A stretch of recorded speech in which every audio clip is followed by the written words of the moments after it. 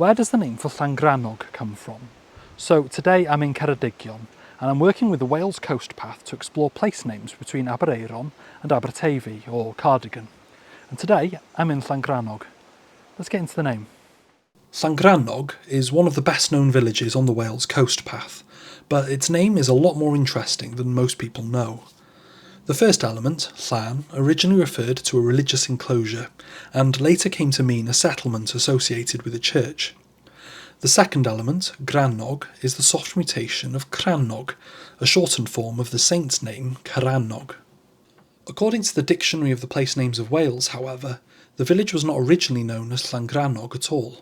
Its earlier name was Gogov, meaning cave. The name appears in the account Vita Carantoci, the life of Saint Carannog, and it was only during the 16th century that the settlement became known as Llangrannog. Most people assume that this cave was the large one on the beach, but evidence suggests it may instead have been a smaller cave behind the church, shown on older Ordnance Survey maps. Saint Carannog himself was traditionally said to be a son of Ceredig ap Cinedda.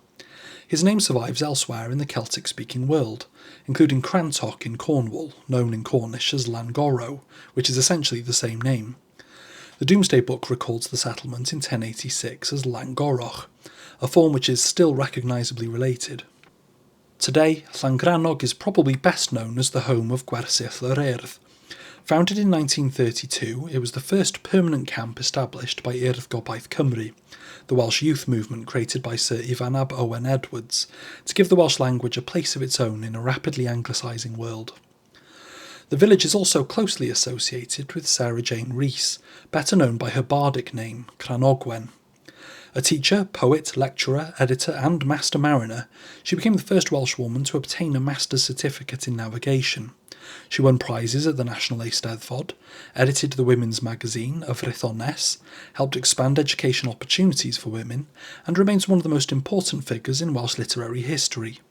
She's also become an important figure in Welsh LGBT+ history, with modern scholars identifying her relationship with Fanny Rhys and later Jane Thomas as some of the earliest well-documented same-sex partnerships in Wales. So the name literally means the settlement attached to the Church of St Carannog. Anyway, diolch, thank you. Give us a like, give us a share and give us a subscribe.